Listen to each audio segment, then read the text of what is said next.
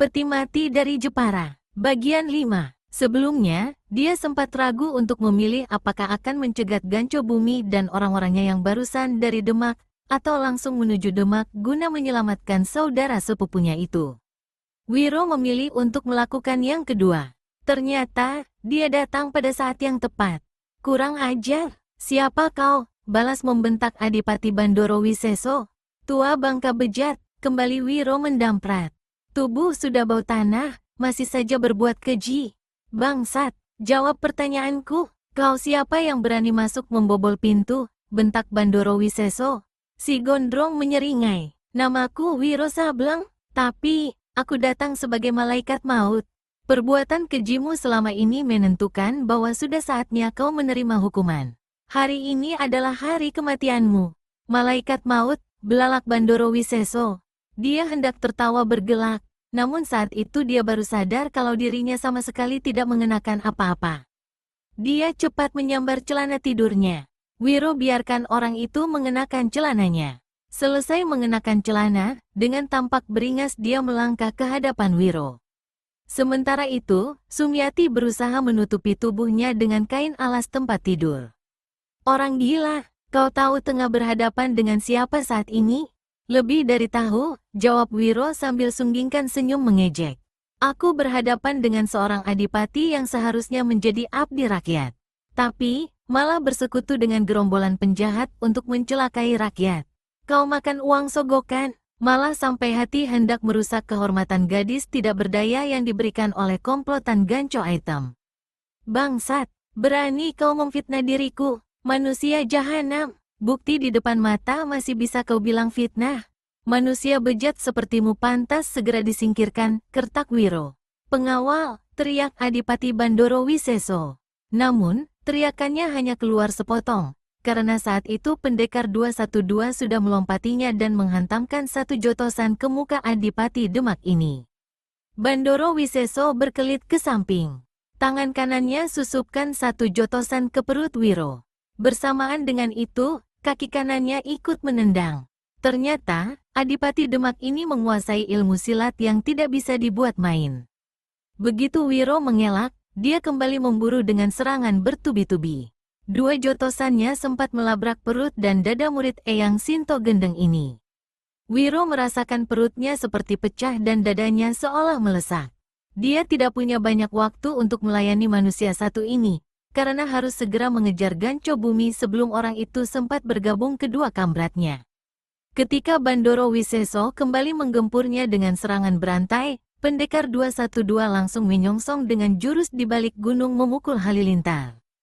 Tangan kirinya diangkat untuk menangkis. Bersamaan dengan itu, tangan kanan yang sudah dialiri kekuatan tenaga dalam tinggi lepaskan satu pukulan tangan kosong yang dahsyat. Inilah jurus silat yang diwarisinya dari Eyang Sinto Gendeng di Gunung Gede. Ketika ada angin yang mendahului pukulan tangan kanan lawan, Bandoro Wiseso maklum kalau Wiro hendak menghantamnya dengan pukulan maut. Maka Adipati Demak yang cukup punya pengalaman ini cepat-cepat melompat ke samping kiri.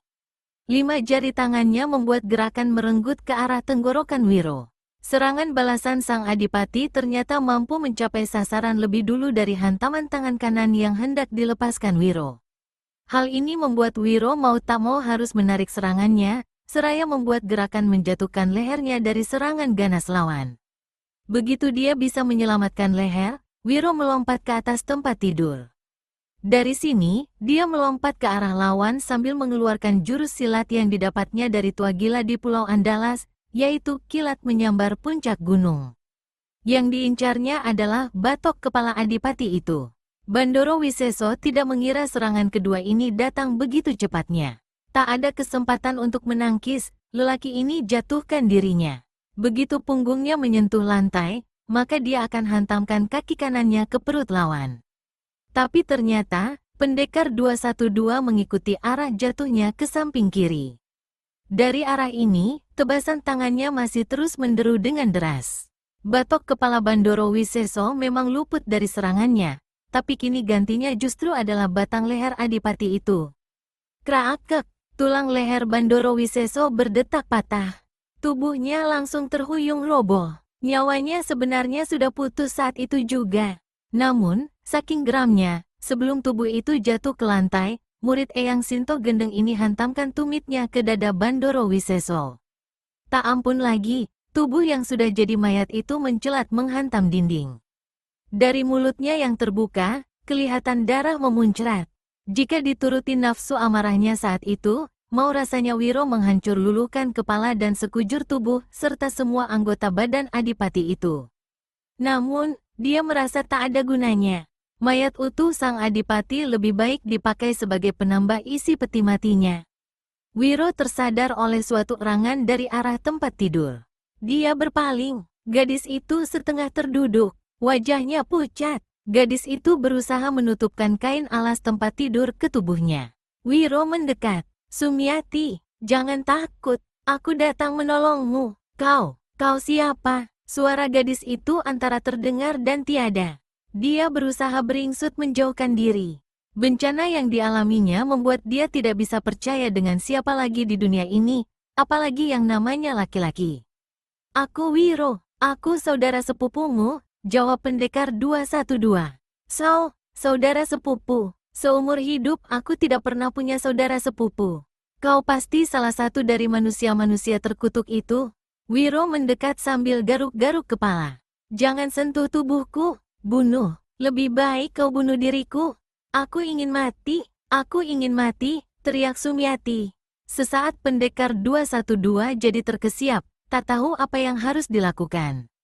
Namun kemudian, disadarinya bahwa dia harus bertindak cepat. Aku tak punya waktu banyak. Nanti saja aku terangkan. Abis berkata begitu, Wiro segera menotok tubuh Sumiati. Dari dalam sebuah lemari di kamar itu, dia hanya menemukan pakaian-pakaian lelaki, yaitu milik Bandoro Wiseso. Bagaimanapun, pakaian itu lebih baik dipakaikan ke tubuh saudara sepupunya, daripada hanya dibungkus dengan selimut atau kain alas tempat tidur. Jilid 10. Menghadapi 12 pengeroyok dengan memikul dua sosok tubuh bukan pekerjaan mudah bagi pendekar 212 Wiro Sableng, meskipun tidak terlihat satupun dari mereka memegang senjata. Selagi orang-orang itu menebar dan bergerak mendekatinya, Wiro gerakkan bahu kanannya dengan keras. Mayat Bandoro Wiseso yang ada di bahu kanan itu tersentak keras dan melayang di udara. Tentu saja hal ini membuat ke-12 pengawal tadi sama keluarkan seruan tertahan saking terkejutnya. Ada yang berusaha untuk menangkap tubuh adipati mereka itu. Namun, tubuh itu melayang di atas kepala mereka ke arah kereta, lalu dengan suara bergedebuk keras menggigitkan, jatuh masuk ke dalam peti mati yang terbuka. Ken cilik yang ada di atas kereta memekik beberapa kali, sedang dua kuda penarik kereta meringkik panjang. Kawan-kawan, salah seorang pengawal berteriak, "Mari kita bunuh pemuda ini." Maka, 12 orang yang tadi terhenti gerakan mereka sesaat, kini kembali menyerbu. Beberapa orang di antaranya kelihatan mencabut senjata. Mereka tampaknya tidak ragu-ragu, sekalipun serangan mereka mungkin akan mencelakai gadis yang ada di bahu kiri Wiro. Dalam keadaan seperti ini, menyerang lebih dahulu adalah lebih baik daripada menunggu. Pendekar 212 melompat ke kiri. Tangan kirinya memegang pinggang Sumiati. Tangan kanan lepaskan satu jotosan. Sasarannya adalah pengawal berhidung besar di ujung kiri. Namun, dari samping kawan si pengawal ini datang membabatkan goloknya. Wiro terpaksa membuat gerakan berputar. Kaki kanannya berkelebat. Bukek. Pengawal yang tadi hendak membacoknya terpental sambil keluarkan suara mengeluh tinggi. Rahangnya rengkah, tubuhnya terhempas ke tanah. 11 kawannya berteriak marah dan menyerang laksana air bah. Wiro menggeser kedudukannya memunggungi kereta. Dengan demikian, dia berusaha menghindari serangan dari belakang. Begitu mencapai kereta, Wiro lepaskan pukulan benteng topan melanda samudera. Walau pukulan ini dilepaskan dengan mengerahkan hanya sepertiga tenaga dalamnya, tapi sudah cukup untuk membuat para penyerang berteriak kaget. 3 di antara mereka terpental dan terguling-guling di tanah, sementara debu dan pasir bertebaran disapu angin pukulan. Seorang pengeroyok menyelinap ke samping kereta, lalu melompat ke atas kendaraan ini. Dengan golok di tangan, dia bermaksud menyerang Wiro dari belakang. Tapi, begitu dia naik di atas kereta, Ken cilik melompat ke atas bahunya, menggigit telinga kirinya kuat-kuat. Orang ini menjerit keras. Golok terlepas dari tangannya. Dia melompat ke tanah dengan darah bercucuran dari telinganya. Ketika telinga itu dirabanya, ternyata daun telinganya robek besar, bahkan hampir putus. Selagi para pengeroyok tertegun melihat apa yang terjadi, Wiro cepat melompat ke atas kereta. Tubuh Sumiati dibaringkannya di lantai di sebelah belakang tempat duduk. Sambil tegak bertolak pinggang di atas kereta, dia berkata, "Jika ada yang masih punya nyali, silakan mencoba." Lalu, sekali lagi dia lepaskan pukulan sakti tadi. Kali ini dengan mengerahkan hampir setengah tenaga dalamnya.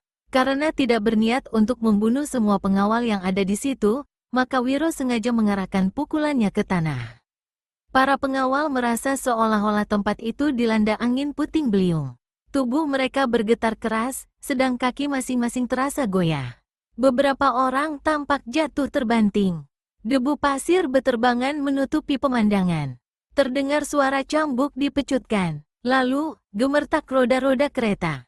Ketika debu dan pasir surut ke tanah, kereta yang ditarik 2 ekor kuda itu bersama penumpangnya sudah tak ada lagi di tempat itu. Tak ada satupun dari para pengawal itu berani bergerak untuk mengikuti, apalagi coba mengejar. Meskipun rombongan Ganco Bumi meninggalkan Demak lebih dahulu, namun dengan memacu 2 ekor kuda penarik kereta sekencang-kencangnya dan menempuh jalan memotong menyeberangi sebuah kali dangkal, di sebuah jalan tanah yang kiri kanannya syarat dengan pepohonan jati, pendekar 212 berhasil memapaki perjalanan Ganco Bumi dan 5 anak buahnya. Ganco Bumi yang tengah memacu kudanya dengan kencang mengangkat tangan memberi tanda. Namun, gerak-gerik keenam binatang ini jelas menunjukkan keresahan. Kuda-kuda itu kelihatan menggerak-gerakkan ekor mereka tiada henti. Kaki masing-masing tak bisa diam. Di antaranya ada yang meringkik seolah ketakutan. Sesaat keenam orang itu hanya memandangi kereta yang melintang di tengah jalan itu. Orang yang menjadi kusir kereta seenaknya memandang ke arah hutan jati di depannya sambil mengusap-usap monyet yang duduk di sampingnya. Dia seolah-olah tidak melihat atau mendengar kemunculan Ganco Bumi dan anak buahnya. Padahal, jelas-jelas dia memelintangkan kereta untuk mencegat rombongan itu. Setelah mengalihkan pandangannya pada peti mati besar di atas kereta, Ganco Bumi yang tidak dapat lagi menahan kemarahannya karena perjalanannya sengaja diganggu pemuda tak dikenal itu menghardik dengan keras. "Orang gila dari mana mencari mati berani menghadang perjalananku?" Pendekar 212 terus mengusap kuduk Ken Cilik. Tanpa berpaling ke arah rombongan Ganco Bumi, dia bertanya pada monyet di sampingnya. "Ken Cilik, apakah ini salah seorang dari calon isi peti mati kita?" Ken Cilik putar kepalanya. Kedua matanya memandang besar-besar ke arah Ganco Bumi. Lalu, binatang ini mulai berteriak-teriak sambil melompat-lompat. Pendekar 212 manggut-manggut. "Bagus, jadi kau sudah mengenali salah satu dari manusia-manusia durjana itu," ujar Wiro. Tangan kanannya diturunkan menarik sebuah palang kayu. Tangan kiri menjangkau cambuk kereta. Terdengar suara berkereketan. Ganco Bumi yang kembali hendak membentak jadi terkancing mulutnya. Dia mengernyit, sementara 5 anak buahnya terperangah ketika menyaksikan bagaimana kayu penutup peti mati terbuka perlahan-lahan dengan mengeluarkan suara menggigitkan. Ketika penutup peti mati terpentang lebar dan Ganco Bumi serta 5 anak buahnya melihat 2 sosok tubuh yang tergelimpang di dalamnya, karuan saja ke-6 orang ini keluarkan seruan tertahan. Mereka menyaksikan 2 sosok mayat di dalam peti mati itu. Mayat di samping kanan adalah mayat Adipati Demak Bandoro Wiseso. "Demi setan, apa yang terjadi dengan Adipati ini?" kata Ganco Bumi dengan mata mendelik. Pagi tadi, dia masih menemui Adipati itu dalam keadaan hidup dan tertawa gembira karena diberi hadiah seorang gadis cantik. Kini, tahu-tahu sudah jadi mayat. Mayat kedua yang tampak mulai membusuk, masih bisa dikenali oleh Ganco Bumi, yaitu tidak lain daripada mayat Bintara Anggoro, salah seorang dari sekian banyak sekutu-sekutu komplotannya. "Ini benar-benar gila," Ganco Bumi memaki dalam hati. "Aneh. Mayat Bintara itu jelas mulai membusuk, tapi mengapa tidak menebar bau?" Saat itu, baik Ganco Bumi maupun para anak buahnya tidak dapat melihat sosok tubuh Sumiati yang dibaringkan Wiro di sisi kereta sebelah kiri, terhalang oleh peti mati. "Manusia berkulit hitam, berpakaian serba hitam. Aku tahu kau adalah salah satu dari 3 anjing Gancho item. Katakan kau ini Gancho yang mana? Gancho langit, bumi atau laut? Wiro bicara dengan tetap tidak bergerak di atas tempat duduk kereta dan menatap ke arah hutan jati. Ditanya seperti itu, tentu saja Gancho bumi menjadi meradang berang. Bangsat kurang ajar, teriaknya memaki. Aku Gancho bumi, bisa saja membungkam mulutmu dan menjebloskanmu ke dalam peti mati itu semudah membalikkan telapak tangan.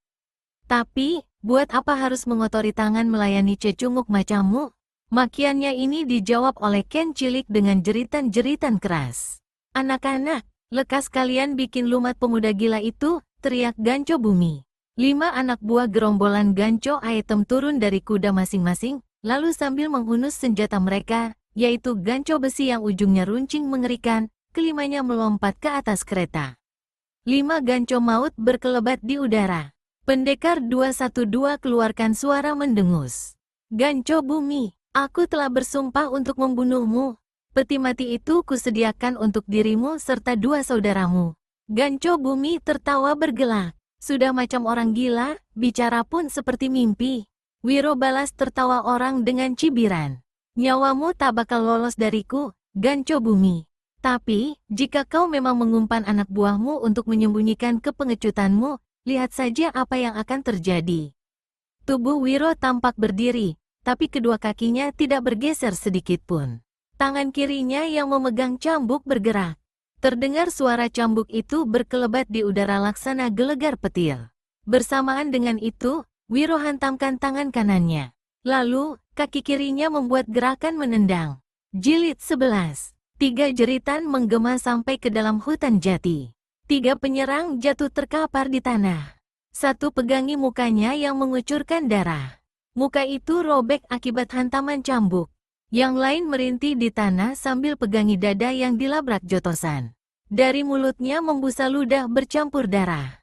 Orang yang ketiga tergeletak di tanah sambil melejang-lejangkan kaki, lalu tidak bergeming lagi. Mati dengan kemaluan pecah disambar tendangan pendekar 212.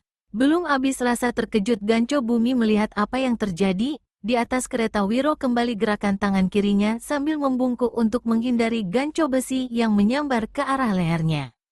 Cambuk kereta itu meletup keras. Menyusul jeritan korban yang keempat.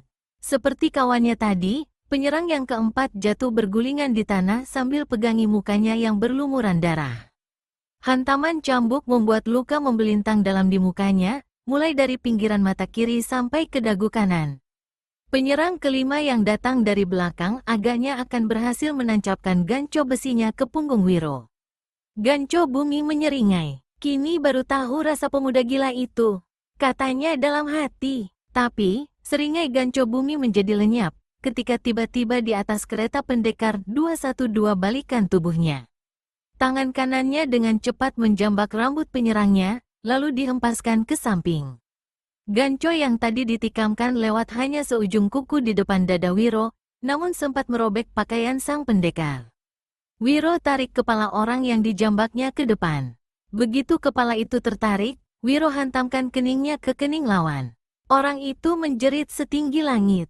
Pemandangannya gelap, keningnya mengucurkan darah. Senjatanya lepas dari tangan. Dengan satu sentakan saja, Wiro membanting tubuh orang itu ke bawah kereta. Keparat, ganco bumi akan melumat tubuhmu, teriak ganco bumi seraya menggebrak kudanya mendekati kereta.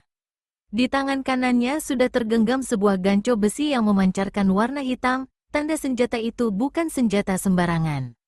Manusia durjana bernama ganco bumi, teriak Wiro. Untuk ke neraka kau tidak memerlukan kuda, bentak Wiro. Cambuk di tangan kirinya berkelebat. Mengira dirinya yang hendak jadi sasaran, ganco bumi cepat miringkan tubuh ke kiri.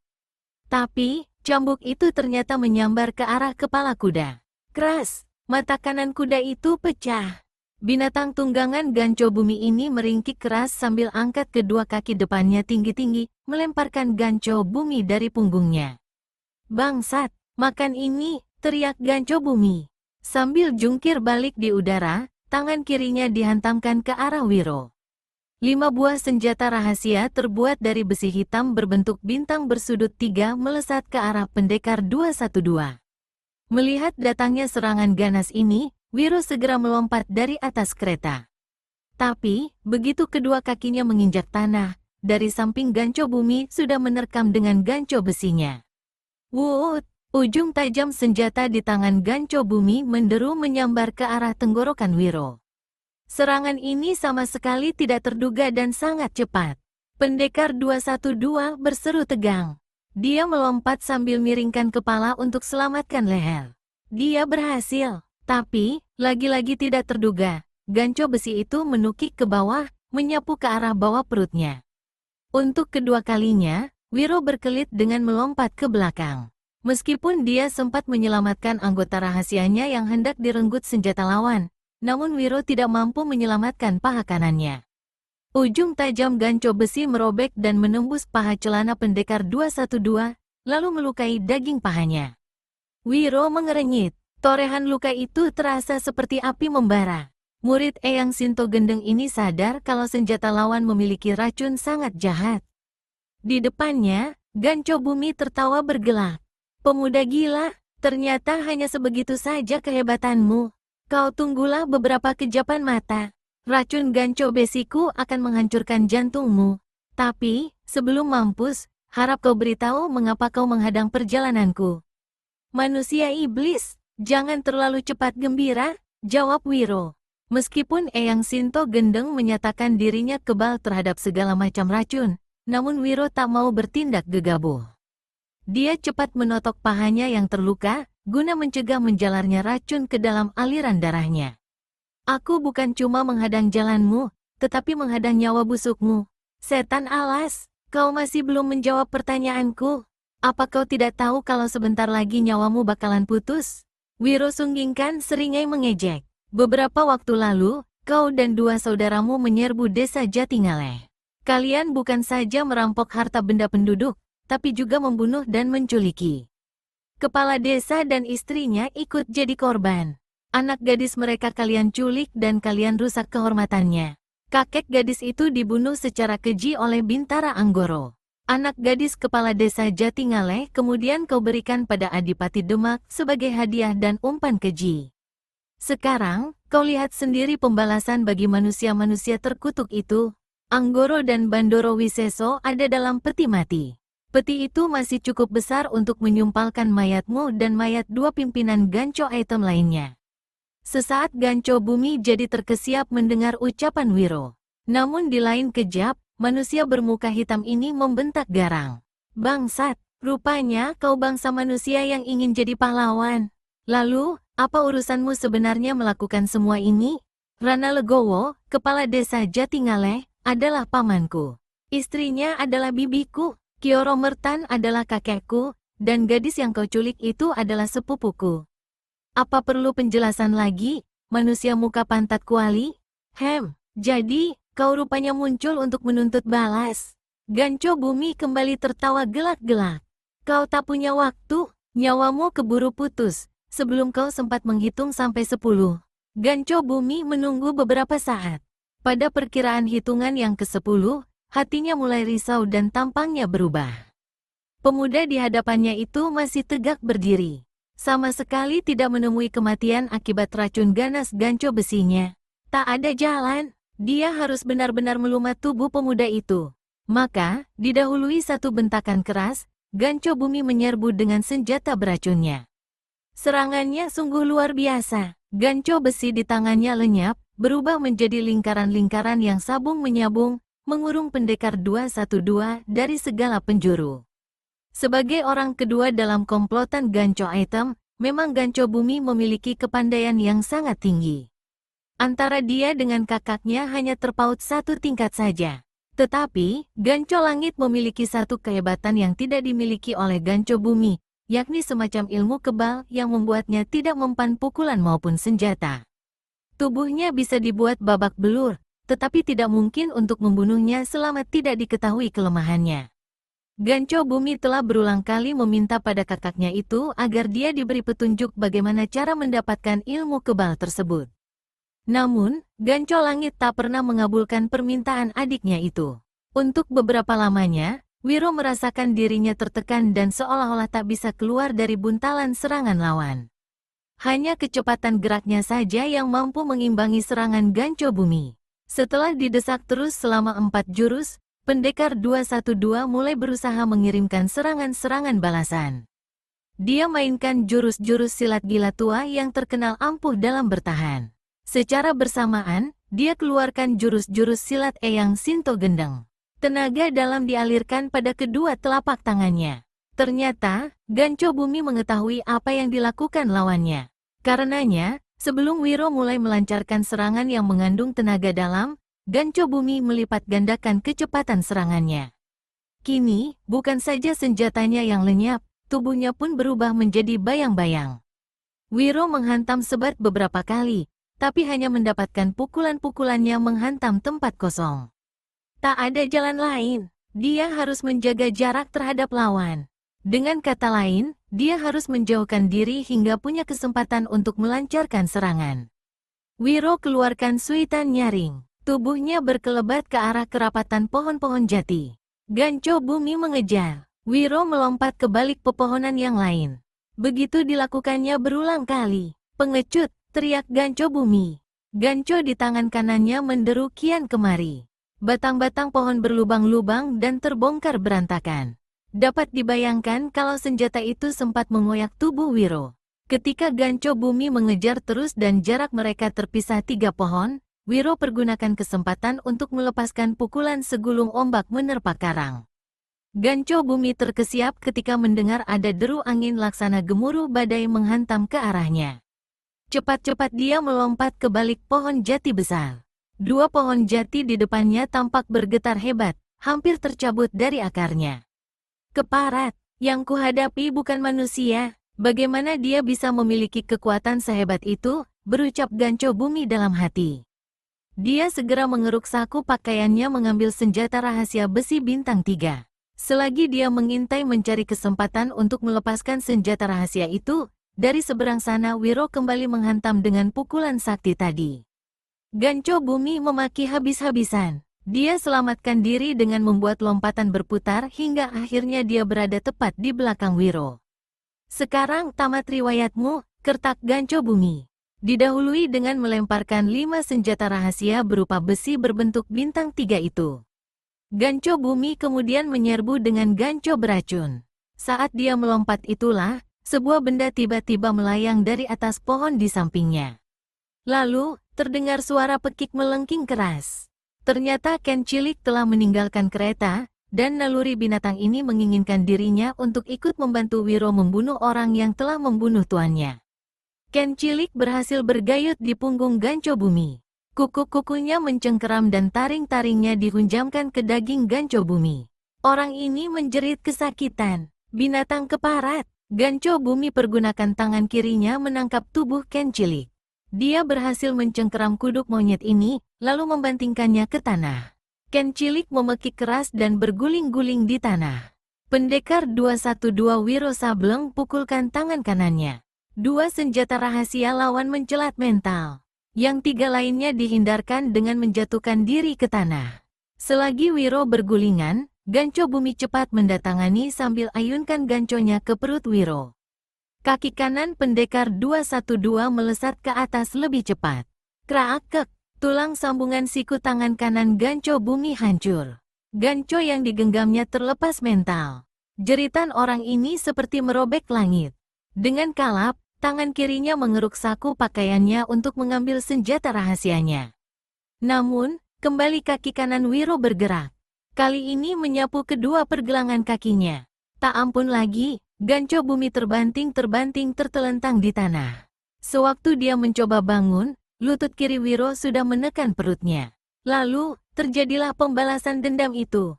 Tinju Wiro kiri kanan menderu bertubi-tubi menghantam dada dan muka Ganco Bumi. Tulang-tulang iganya berpatahan. Tulang dada melesak remuk. Mukanya babak belur. Darah mengucur dari mulut, hidung, dan kedua matanya. Wiro tidak tahu berapa lama dia menghujani Ganco Bumi dengan hantaman-hantaman keras itu. Dia baru berhenti ketika kedua tangannya terasa sakit. Tapi, begitu mendengar suara erangan, tanda orang itu masih belum mati. Wiro jambak rambut Ganco Bumi lalu menghantamkannya ke batang pohon jati. Terdengar suara menggigitkan ketika batok kepala Ganco Bumi beradu dengan pohon jati dan rengkah. Ken cilik memekik panjang. Wiro angkat tubuh Ganco Bumi yang sudah jadi mayat itu, lalu melemparkannya ke dalam peti mati. 3 mayat kini memenuhi peti mati hitam besar itu. Sesaat pendekar 212 memandang berkeliling sambil menggaruk kepala. Pandangannya membentur salah seorang anak buah Ganco Bumi yang tadi dihantamnya dengan cambuk, dan saat itu masih terkapar di tanah dengan luka panjang di wajahnya dan masih mengucurkan darah. Wiro dekati anggota komplotan penjahat ini, cekal kerah bajunya kuat-kuat, sementara tangan kanannya diangkat tinggi-tinggi siap untuk menghantam muka yang cedera berat itu. "Jangan, ampuni selembar nyawaku," ratap orang itu, yang sebelumnya telah menyaksikan secara menggigitkan bagaimana Wiro membunuh pimpinannya dengan tangan kosong. Wiro menyeringai, "Kalau kau masih ingin hidup, turut apa yang aku perintahkan," katanya. Lalu, anak buah komplotan penjahat itu dilemparkannya ke bagian depan kereta.